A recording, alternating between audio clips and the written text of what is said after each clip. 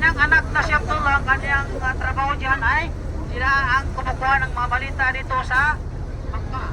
Yung kanyang anak naman na babae, si Asma, siya naman ang tagahatid ng mga pagkain nila umaga, hapon at tanghali at hapon. Kanyang katulong na nagpapasto ng kambing, ang kanyang trabaho naman ay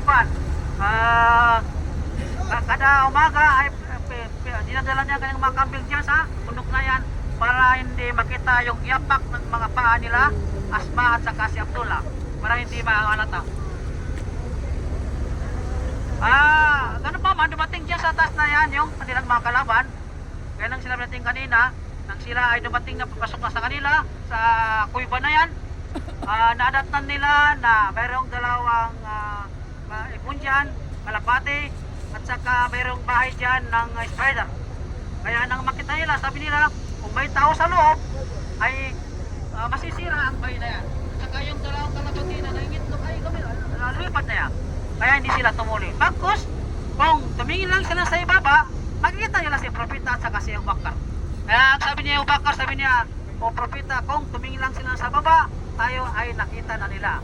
Kaya ang sinabi ng Propeta, Abu Bakar, sabi niya, ano ang palagay mo sa dalawang tao na nagtatago, ang kanilang pangatlo ay Allah subhanahu wa ta'ala.